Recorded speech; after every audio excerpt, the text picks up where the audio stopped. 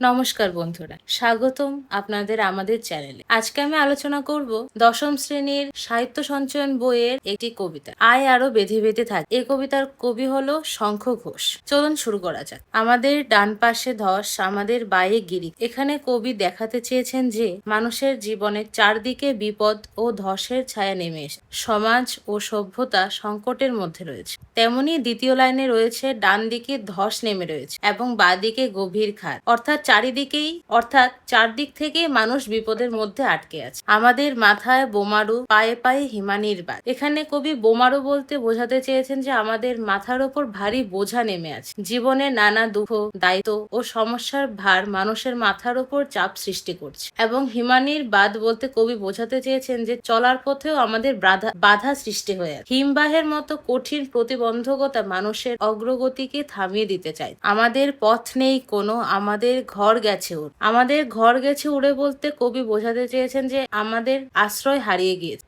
যুদ্ধ, দুর্যোগ বা সামাজিক অস্থিরতায় মানুষের নিরাপদ আশ্রয় ধ্বংস হয়ে গেছে। সব দিক বন্ধ হয়ে গেছে, সামনে এগিয়ে যাওয়ার কোনো সহজ উপায়ই নেই। আমাদের শিশুদের সব ছড়ানো রয়েছে কাছে দূর, এমনকি শিশুদের কণ্ঠস্বরও চারিদিকেই ছড়িয়ে রয়েছে। এই লাইনটি ভবিষ্যৎ প্রজন্মের অস্তিত্ব ও তাদের জীবনের কথা স্মরণ করিয়ে দেয়। দুর্যোগের কারণে পরিবার বিচ্ছিন্ন হয়ে শিশুরা নিরাপদ পরিবেশ থেকে দূরে চলে গিয়েছে। আমরাও তবে এইভাবে এই মুহূর্তে মরে যাব নাকি? কবি বলছে আমরাও কি এমনই থাকবো? কবি প্রশ্ন তুলেছে, আমরা কি অসহায় অবস্থায় জীবন কাটাবো? আমরা কি এখনই হার মেনে যাব? এটি হতাশার প্রশ্ন হলেও কবি পরে এর বিপরীতে বেঁচে থাকার আহ্বানও জানান। আমাদের পথ নেই আর, আয় আরো বেঁধে বেঁধে থাকে। কবি বলতে চেয়েছেন যে আমাদের সব পথই বন্ধ। সংকট এত গভীর যে মুক্তির পথ খুঁজে পাওয়া খুবই কঠিন, তবুও বেঁচে থাকতে হবে। এটাই কবিতার মূল বক্তব্য। যত বাধাই আসুক না কেন, মানুষকে জীবন সংগ্রাম চালিয়ে যেতেই হবে। আমাদের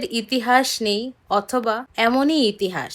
আমাদের গৌরবময় কোনো অতীত নেই। কবি বোঝাতে চেয়েছেন যে অনেক সাধারণ মানুষের ইতিহাস কেউ লিখে রাখে, থাকলেও তা কষ্টের ইতিহাস। মানুষের ইতিহাসে সুখের চেয়ে দুঃখ ও সংগ্রামের কথাই বেশি রয়েছে। আমাদের চোখ মুখ ঢাকা, আমরা ভিখারি 12 মাস। কবি বলতে চাইছেন যে আমরা পরিচয়, অত্যাচার, ভয় ও দুঃখ মানুষের আত্মপরিচয়কে আড়াল করে দিয়েছে। আমরা সারা বছরই অভাবে কাটি। দারিদ্র মানুষের নিত্য সঙ্গী হয়ে গেছে। পৃথিবী হয়তো বেঁচে আছে, পৃথিবী হয়তো গেছে মরে, পৃথিবী এখনো চলছে। কবি বলছেন সব সংকটের মধ্যেও পৃথিবীর জীবন থেমে যায়। আবার কবির মনে হয় যেন পৃথিবী মৃত। অন্যায়, যুদ্ধ ও নিষ্ঠুরতা দেখে মনে হয় মানবতা যেন মরে গেছে। আমাদের কথা কে বা জানে, আমরা ফিরেছি দৌড়ে দৌড়ে।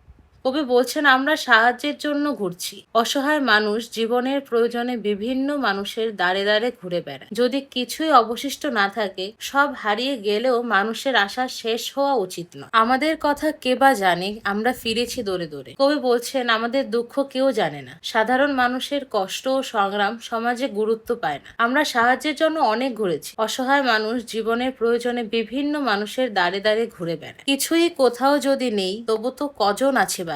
যদি কিছু অবশিষ্ট নাই থাকে, সব হারিয়ে গেলেও মানুষের আশা শেষ হওয়া উচিত। তবুও কিছু কিছু মানুষ বেঁচে আছে। কবি বলছেন যতক্ষণ মানুষ আছে ততক্ষণ আশা ও সম্ভাবনাও আছে। আয় আরো হাতে হাত রেখে, আয় আরো বেঁধে বেঁধে থাকে। কবি বলছেন ঐক্যবদ্ধ হতে হবে।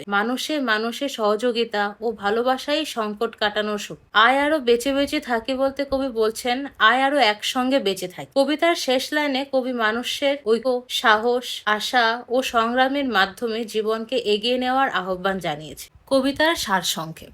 শঙ্খ ঘোষের আয় আরো বেঁধে বেঁধে থাকি কবিতায় সমাজের দুঃসময়, ধ্বংস, দারিদ্র্য, অসহায়তা ও অনিশ্চয়তার চিত্র ফুটে উঠেছে।